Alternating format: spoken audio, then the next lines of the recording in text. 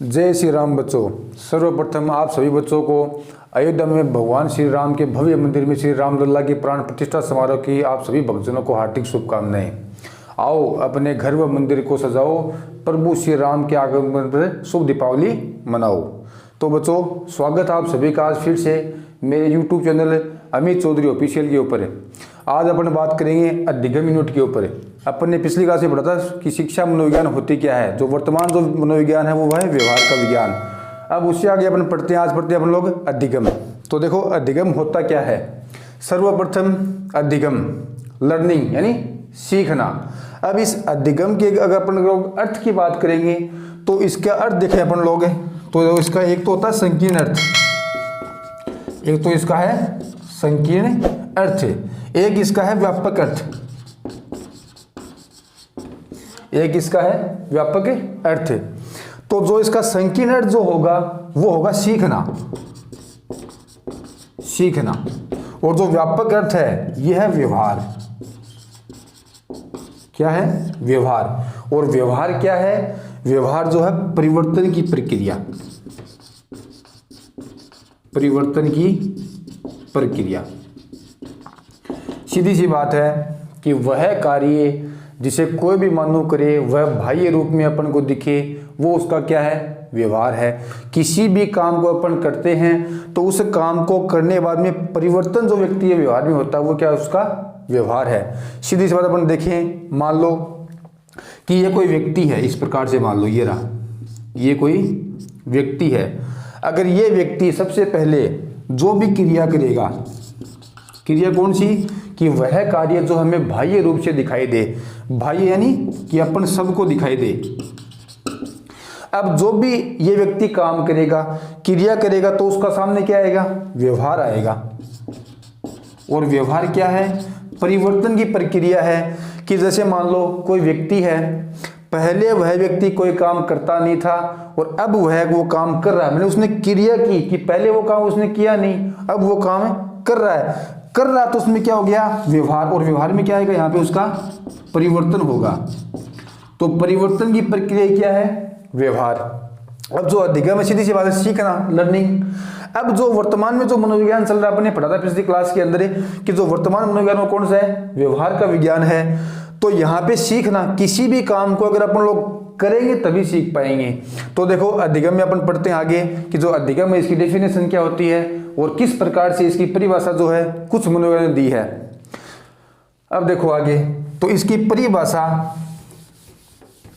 अपन लोग पढ़ते हैं। इससे पहले मैं बता दूं, यहाँ पे एक शब्द आ रहा है व्यवहार। तो मैंने आपको पिछली क्लास में बताया था कि जो व्यवहारवाद का जो मनोविज्ञान है वो दिया था वॉटसन ने।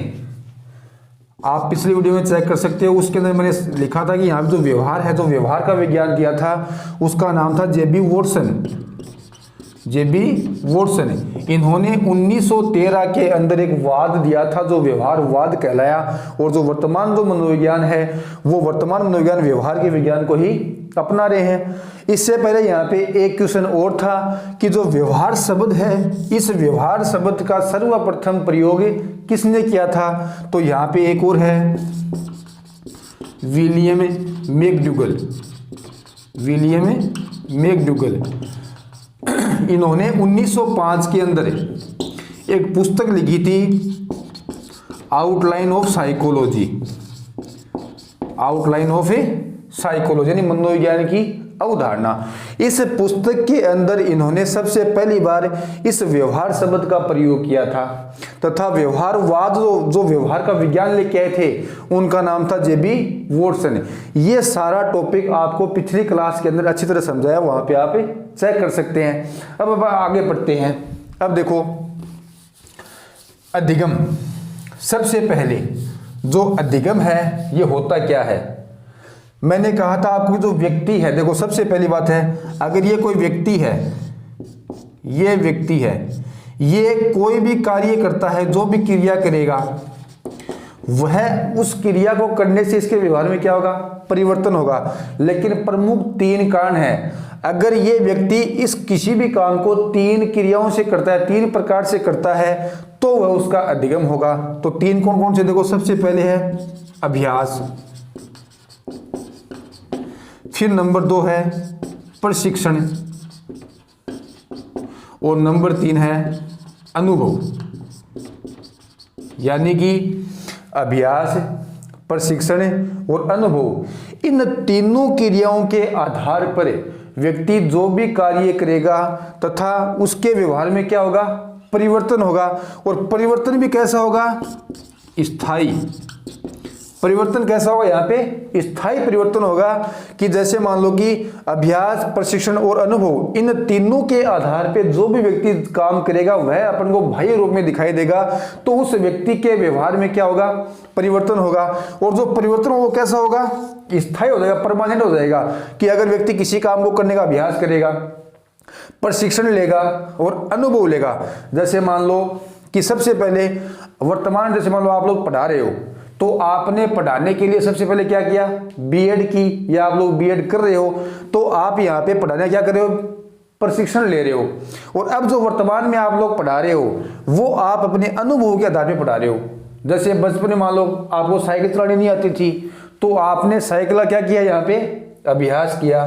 या जैसे मान लो ये मोटरसाइकिल है, कोई गाड़ी है, शुरुआत जब अपन किसी काम की करते हैं तो उस काम को करने के लिए अपन सर्वप्रथम अपन क्या करते हैं, उसका अभ्यास करते हैं। और आज जो अपन उस काम को आराम से कर रहे हैं वो अपन किसके आधार पर कर रहे हैं, अपने अनुभव के आधार पर अपन उस काम को आराम से कर रहे हैं। तथा अपने जो व्यवहार में या अपने जो काम करने की जो भी शैली है उसके अंदर जो परिवर्तन हुआ क्या है, स्थायी है। कि शुरुआत में मान लो कि हमें साइकिल चलाने नहीं आती थी और आज अपन लोग आराम से साइकिल चला रहे हैं, इसका मतलब पहले अपने अभ्यास कर लिया, अब वो अभ्यास अपने क्या हो गया, परमानेंट हो गया, यहाँ पे स्थायी हो गया।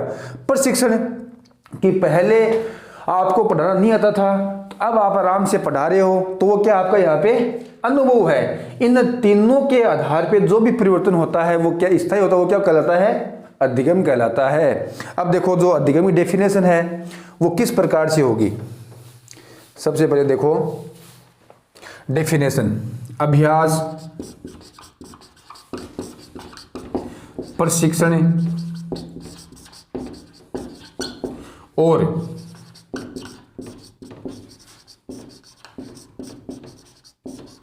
अनुभव के आधार पर आए स्थायी परिवर्तन को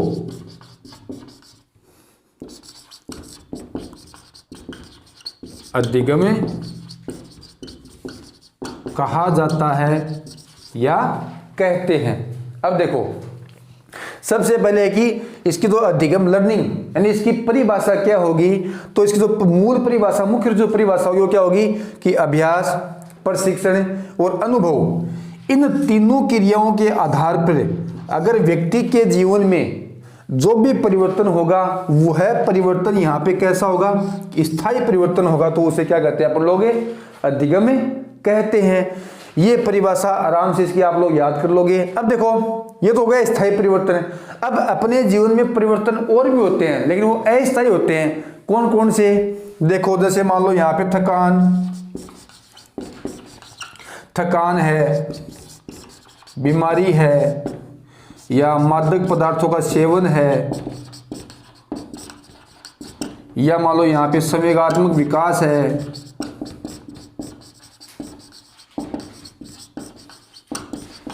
या मूल प्रवृत्ति है। अब देखो सबसे पहले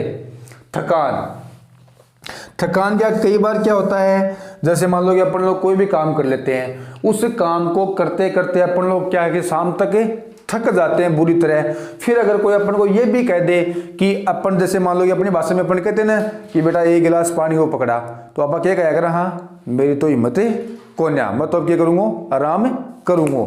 और जय ही अब थोड़ी देर आराम करांगा, 1 घंटा या 2 घंटा या आधी घंटा है, उसके बाद में जब भी खड़े होंगे तो आराम से जो अपनी थकान है उस थकान में अपन को रिलैक्स महसूस होगा, अपनी थकान थोड़ी दूर होगी। थकान हुई, अपने व्यवहार में परिवर्तन हुआ, अरे अपने काम करने की शैली में क्या परिवर्तन हुआ, जैसे ही आराम किया थकान दूर हो गई तो वापस से व्यवहार क्या हो गया, चेंज हो गया। तो ये परमानेंट यानी स्थायी नहीं था।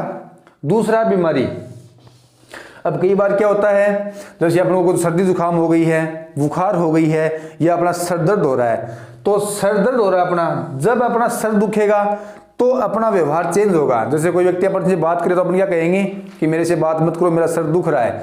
जैसे ही अपने यहाँ पे सर दर्द की अपने टेबलेट खाते हैं, तो जैसे अपने दवाई ली, टेबलेट ली, तो कुछ देर के बाद में अपना सर दर्द क्या हो गया, ठीक हो गया। तो जो व्यवहार पहले था अपना, अब वो क्या हो गया, बिल्कुल चेंज हो गया। यानी टेबलेट लेने से पहले अपना सर दर्द हो रहा था, तब अपने व्यवहार अलग था, अपने अलग से बात कर दिया। जैसे ही सर दर्द में आराम आया तो अपनी बीमारी दूर हो गई और अपना व्यवहार क्या हो गया, चेंज हो गया। तो ये भी क्या होगी, अस्थायी है। अब है नंबर 3 पे मादक पदार्थों का सेवन, यानी मदिरा सेवन। वर्तमान समय के अंदर, जो आज का वर्तमान टाइम है, इस पीढ़ी के अंदर लगभग 10 वर्ष के बाद में सारे बच्चे इसका सेवन करते हैं, जो स्वास्थ्य के लिए बहुत ही क्या है, हानिकारक है। इसकी रोकथाम अवश्य होनी चाहिए। अब जैसे मान लो कि कोई व्यक्ति शराब पीता है, जब वह शराब पिएगा, शराब के नशे में फुल रहेगा, जैसे अपनी भाषा में अपन कहते हैं ना कि जैसे शराब में है, तो अपन जो भी उसे बात करें वह अपन को उस बात का उल्टा जवाब देगा। और जैसे वह सुबह उठेगा तो अपन कहते हैं कि रात को तूने ये क्या कहा, तो वो क्या कहेगा अपन को, मैंने कब कहा, मैं तो भूल गया। तो जब इसने शराब पी तो ये अलग से बात करो, इसके व्यवहार में चेंज आया। जैसे शराब का नशा उतरा तो इसका व्यवहार क्या हो गया, चेंज। यानी ये भी क्या हो गया, अस्थायी है। संवेगात्मक विकास, संवेग कि जैसे जब कोई छोटा बच्चा होता है बचपन में, उस बच्चे से अपन लोग उसका खिलौना अगर छीन लेते हैं, यहाँ पे बच्चे के हाथ से खिलौना छीन लेते हैं, तो वह बच्चा खिलौना छीनते क्या करेगा, रोएगा, क्रोध आता है। क्रोध यहाँ पे क्या, उसका संवेग है, क्रोध है। लेकिन जैसे वह बच्चा बड़ा हो जाएगा, यानी किशोरावस्था के अंदर आ जाएगा, और उस बच्चे से आप कोई वस्तु छीन लेते हैं अपन लोग, तो वह बच्चा अब रोएगा नहीं, अब क्रोध नहीं जताया, क्योंकि यहाँ पे उसका संवेग जो है ना, क्रोध, उसका विकास यहाँ पे हो चुका है। यह मूल प्रवृत्ति यानी जन्मजात। इसमें जैसे अपन लोग प्याज काटते हैं तो अपनी आंखों में क्या आते हैं, पानी आता है, आंसू आता है, हंसना है, रोना है, ये सारी बातें क्या जन्मजात हैं। तो ये भी है, लेकिन इससे भी ये अस्थायी है। ये क्या है, अस्थायी है। लेकिन अभ्यास, प्रशिक्षण और अनुभव, इन तीनों के आधार पे अपन जो भी काम करेंगे वो क्या होगा, स्थायी होगा, तथा अपने जीवन में स्थायी रूप से विराजमान हो जाएगा। तो जिसे अपन क्या कहते हैं, अधिगम कहते हैं। किसी भी काम को करके सीखना, जिस काम को अपन करके सीखते हैं वही क्या है, अधिगम है। अब जो थकान, बीमारी, मादक पदार्थों का सेवन, संवेगात्मक विकास है, मूल प्रवृत्ति है, इनसे कुछ देर के अपने अंदर चेंजिंग होता है, लेकिन जैसे ही अपन लोग ठीक होते हैं तो अपना व्यवहार वापस से क्या हो जाएगा, चेंज हो जाएगा। तो ये स्थायी, अस्थायी है, और ये क्या है, स्थायी है। तो इसकी जो मूल डेफिनेशन है, जो परिभाषा होगी, वो क्या होगी कि अभ्यास, प्रशिक्षण और अनुभव के आधार पे आए स्थायी परिवर्तन को क्या कहते हैं अपन लोग, अधिगम कहा जाता है। ये परिभाषा है, इसको आप नोट कर सकते हो आराम से। अब देखो आगे बढ़ते हैं अपन लोग। ये तो बात होगी इसकी मूल परिभाषा की। अब कुछ मनोवैज्ञानिक हैं जिन्होंने इस अधिगम की अलग अलग अपने हिसाब से क्या दी हैं, परिभाषाएं दी हैं। सबसे पहले अपन बात करें नंबर 1, जो है करो एंड करो। ये मैंने आपको पिछली क्लास में भी कहा था कि करो एंड करो। अब देखो, ये करो एंड करो दो हैं, एक पत्नी है और एक क्या है, पति है। एक मेल है और एक फीमेल है। इन्होंने इस अधिगम की परिभाषा दी है। इन्होंने कहा है कि आदत, अभिवृत्ति और ज्ञान का अर्जन करना ही क्या है, अधिगम है। यह परिभाषा किसकी है, करो एंड करो की है। कि आदत, अभिवृत्ति, देखो यहां पे एक शब्द है वृत्ति, एक शब्द होता है वृद्धि। वृद्धि क्या होता है, विकास, और वृत्ति, इस वृत्ति का अर्थ क्या होगा, नजरिया, नजरिया या दृष्टिकोण। वृत्ति होगा नजरिया, दृष्टिकोण, और वृद्धि क्या होगा, विकास। मनोविज्ञान की भाषा के अंदर इस वृत्ति को कहते हैं अभिवृत्ति और वृद्धि को कहते हैं अभिवृद्धि। यानी किसी भी काम को करने की जो आदत है, जो भी अपन काम करते हैं, उस काम को करने के पीछे अपना नजरिया क्या है, अपना दृष्टिकोण क्या है, उस काम जो जिस नजरिए से अपन जिस काम को करेंगे उसी प्रकार का अपन को क्या प्राप्त होगा, ज्ञान प्राप्त होगा। तो आदत, अभिवृत्ति और ज्ञान, इन तीनों का अर्जन यानी ग्रहण करना। अर्जन क्या होगा, ग्रहण करना, यानी आदत, अभिवृत्ति और ज्ञान, इन तीनों को अपन ग्रहण करते हैं, वही क्या है, अधिगम है। नंबर 2 देखो यहाँ पे एक और हैं जिनका नाम है गिलफोर्ड। गिलफोर्ड, इन्होंने भी एक परिभाषा दी है। इन्होंने कहा है कि व्यवहार के द्वारा व्यवहार में आए कोई भी, व्यवहार के द्वारा व्यवहार में आए कोई भी परिवर्तन को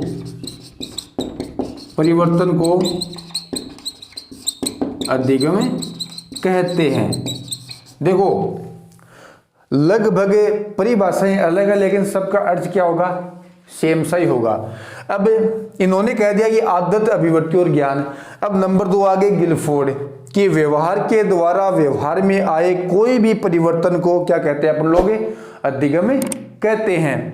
अब जैसे मानो कि व्यवहार के द्वारा व्यवहार, इस चीज को समझो आप लोग कि व्यवहार के द्वारा व्यवहार, देखो गिलफोर्ड कहते हैं जैसे मान लो कि इस प्रकार से मान लो कोई व्यक्ति है, ये रहा एक व्यक्ति, ये रहा यहां पे इस प्रकार से। अब देखो इस व्यक्ति ने, ये व्यक्ति यहां इस तरफ जा रहा है और ये व्यक्ति यहां इस तरफ आ रहा है, तो इसने इसको देखते ही सबसे पहले कहा गुड मॉर्निंग। किसने, इस व्यक्ति ने इसको कहा गुड मॉर्निंग, ये इसका क्या हो गया, व्यवहार। इसने इसको कहा गुड मॉर्निंग, फिर जैसे इसको सुनाई दिया तो इसका उत्तर आया वेरी गुड मॉर्निंग। जैसे अपन लोग कहते हैं ना कई बार है कि जैसे नमस्कार है, राम राम है, शाम शाम है, या गुड मॉर्निंग कहते, तो सामने वाला अपन क्या कहता है कि राम राम या वेरी गुड मॉर्निंग। तो इसने इसको गुड मॉर्निंग कहा, ये इसका व्यवहार हो गया। व्यवहार के द्वारा व्यवहार, इसने इसको वेरी गुड मॉर्निंग कहा, तो व्यवहार के द्वारा व्यवहार में आया परिवर्तन, ये इसका व्यवहार, ये इसका, इन दोनों में क्या आ गया, परिवर्तन आ गया। जैसे मान लो ये व्यक्ति इसको थप्पड़ मारेगा, तो अगला व्यक्ति भी क्या करेगा, इसको थप्पड़ ही मारेगा, ये इसको नमस्कार थोड़ी बोलेगा। गिलफोर्ड यानी गाल पर फोड़। अरे याद रखना तरीका क्या करोगे आप लोग कि गिलफोर्ड यानी गाल पर फोड़, कि अगर ये व्यक्ति इसके गाल पे फोड़ेगा तो ये भी इसको गाल पे ही फोड़ेगा। यानी इसने इसको मारा, ये इसका व्यवहार था, दोबारा इसने इसको मारा, ये इसका व्यवहार। इन दोनों के अंदर क्या हो गया, परिवर्तन हो गया। कि व्यवहार के द्वारा व्यवहार में आया कोई भी परिवर्तन क्या कहलाता है, अधिगम है। कि इसने इसको मारा तो इसने सोचा कि थप्पड़ मार दिया, तो इसने इसको मारा तो इसको क्या लग गया, थप्पड़ लग गया, तो इन दोनों में परिवर्तन हुआ। तो इन दोनों में जो सबसे ताकतवर होगा वो एक को मारेगा, और जिसको मारेगा वह दोबारा जिंदगी में कभी किसी को थप्पड़ नहीं मारेगा, क्योंकि उसको यहाँ पे सबक मिल गया, वो सीख गया है कि अपन लोग ऐसा करेंगे तो वो क्या है, गलत है। तो ये परिभाषा आपको आराम से याद हो जाएगी कि गिलफोर्ड यानी गाल पर फोड़, कि एक व्यक्ति अगर दूसरा मारे हैं तो अगले भी मारे हैं। आगे देखो, अब अगला जो मनोवैज्ञानिक है उसका नाम है B.F. स्किनर। ये देखो ये रहा B.F. स्किनर, मनोविज्ञान में एक नर भी है। अब इन्होंने एक परिभाषा दी है कि अधिगम व्यवहार में उत्तरोत्तर अनुकूलन की प्रक्रिया है। अनुकूलन की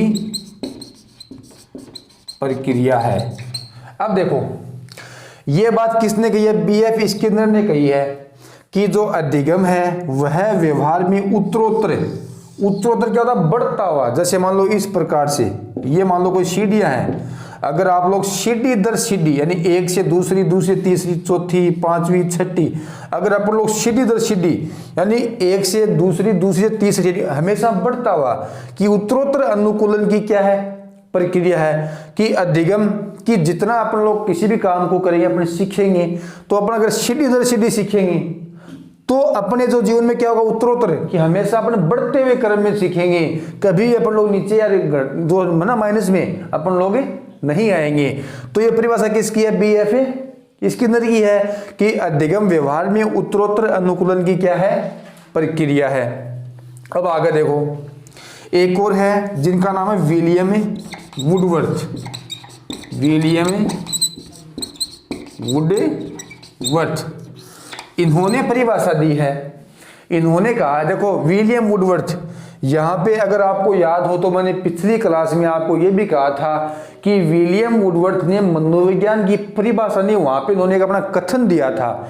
इन्होंने कहा था कि मनोविज्ञान ने सर्वप्रथम अपनी आत्मा का त्याग किया, फिर अपने मन को छोड़ा, फिर चेतना खोई, और वर्तमान में जो व्यवहार की विधि है, व्यवहार के विज्ञान को अपना रहा है। ये इनकी परिभाषा नहीं थी, इनका एक कथन था। अब इन्होंने यहाँ पे विलियम वुडवर्थ ने इस अधिगम की 2 परिभाषाएं दी हैं। सबसे पहले इन्होंने कहा है कि अधिगम विकास की प्रक्रिया है। अधिगम विकास की एक प्रक्रिया है। और नंबर 2 इन्होंने कहा है कि नवीन ज्ञान एवं नवीन प्रतिक्रियाओं का, नवीन ज्ञान और नवीन प्रतिक्रियाओं का अर्जन करना ही क्या है? अधिगम कहलाता है। अधिगम कहलाता है। देखो विलियम वुडवर्थ इन्होंने 2 परिभाषाएं दी हैं। एक तो इन्होंने कहा कि अधिगम विकास की प्रक्रिया, सीधी सी बात है, अधिगम यानी सीखना।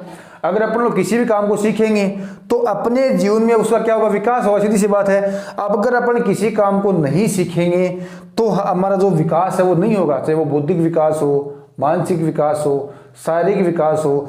अगर अपन किसी भी काम को करेंगे, सीखने की कोशिश करेंगे, तो हमेशा अपन विकास यानी आगे की ओर बढ़ेंगे। और एक है नवीन ज्ञान एवं नवीन प्रतिक्रिया। नवीन यानी नया, कि नया ज्ञान और नए नए प्रतिक्रिया, नए नए कार्य, कि अपन लोग किसी भी नए नए काम को करेंगे तो नए काम को अपन करेंगे तो नई नई जो कार्य प्रणाली उसको अपन सीखेंगे। तो इन दोनों का अर्जन अपन करेंगे, वही क्या है? अधिगम है। अपन किसी काम की शुरुआत कर लेते हैं और शुरुआत करने से पहले अपन ये कह देते हैं कि अपन ये काम मैं कर रहा हूँ तो ये काम मेरा सफल होगा नहीं होगा। जब अपन इसे काम को करेंगे तब अपन को मालूम चलेगा कि अपन इस काम को करने में सफल होते हैं नहीं होते हैं। अगर मान लो अपन लोग विफल हो जाते हैं, फिर भी अपन इस काम को करें तो अपन लोग कुछ ना कुछ यहाँ पे सीखने को मिलेगा। तो ये परिभाषा विलियम वुडवर्थ की है। अब देखो आगे, एक और है जिनका नाम है गेट्स।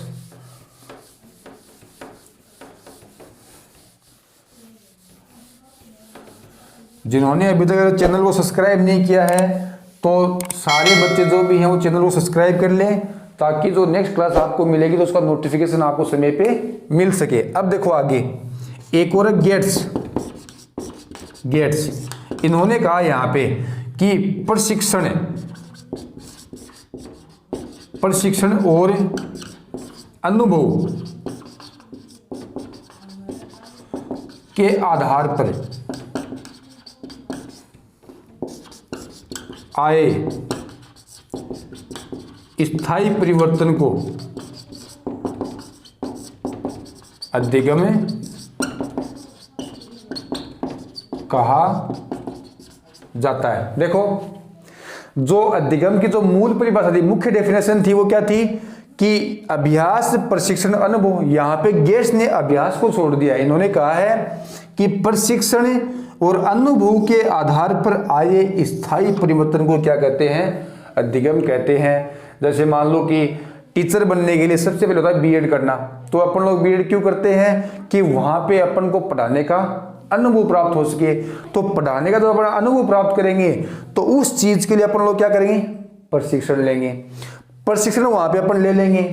फिर अपने जैसे मान लो अपनी इंटर्नशिप वगैरह होती है तो इंटर्नशिप पे अपन क्यों जाते हैं? वहां पे अपन बच्चों को पढ़ाते हैं, स्कूल में क्लास देते हैं, तो वहां पे क्या अपना प्रशिक्षण हो रहा है। फिर जैसे अपनी बीएड कंप्लीट हो गई है तो अपन किसी स्कूल में गवर्नमेंट टीचर बनते हैं या अपन प्राइवेट जाते हैं तो वहाँ पे जैसे अपन पढ़ाएंगे तो वो वहाँ पे अपना अनुभव बोलेगा कि अपन ने पहले किस प्रकार से पढ़ाना सीखा है, तो वहाँ पे अपना क्या बोलेगा, अनुभव। और अनुभव के आधार पे ही क्या है, स्थायी परिवर्तन होता है। लेकिन वर्तमान समय में यह है कि मंच मिलता है सबको, लेकिन उस मंच का फायदा सभी बच्चे या प्रत्येक व्यक्ति नहीं उठा पाता है। लेकिन जितना प्रशिक्षण आपको जब तक आप बीएड ट्रेनिंग करोगे तब मिलेगा, ऐसा मंच आपको कहीं और नहीं मिलेगा। जो भी बच्चे इस क्लास में देख रहे हैं, जहाँ भी वो बीएड कर रहे हैं, जिस भी कॉलेज में बीएड कर रहे हैं, हो सके वहां तक अपने उस कॉलेज के अंदर बार बार आप आगे जाओ, सामने जाओ, मंच के ऊपर जाओ और मंच पे आप समय व्यतीत करो। जितना समय आप वहां पे बिताओगे उतना ही आत्मविश्वास आपका बढ़ेगा और उतना ही आपको अनुभव प्राप्त होगा। एक बार अगर आपका आत्मविश्वास बढ़ गया, आपको अनुभव मिल गया, तो आराम से आप किसी भी काम को आराम से कर सकते हैं। देखो, प्रशिक्षण और अनुभव, जैसे मान लो कई काम ऐसे भी होते हैं जो बिना किसी अभ्यास के होते हैं। जैसे मान लो कि इस प्रकार से कोई व्यक्ति जा रहा है, ये एक सड़क है और रास्ते में गड्ढा आ गया, इस प्रकार से मान लो ये कोई क्या आ गया, गड्ढा आ गया। अब व्यक्ति यहां से जा रहा है, अब रास्ते में क्या आ गया, यहाँ पे एक गड्ढा है, लेकिन इसने बिना कुछ सोचे हुए इस व्यक्ति ने यहाँ पे इस रास्ते को चेंज कर दिया, वह यहां से होकर गुजर गया आराम से। तो यहाँ पे गड्ढा था, आगे नहीं गया, वह आराम से गुजर गया। ये उसका अनुभव था। क्या था, अनुभव। उसको मालूम था कि अगर अपन लोग यहाँ से जाएंगे तो अपन इसके अंदर गिर भी सकते हैं, तो वह यहाँ से निकल गया। तो ये क्या आपका अनुभव है। अगर मान लो अपन किसी भी काम को करने का अपने पास अनुभव नहीं होगा तो अपन उस काम को नहीं कर पाएंगे। तो ये तो हो गई अधिगम की कुछ परिभाषाएं हो गई हैं।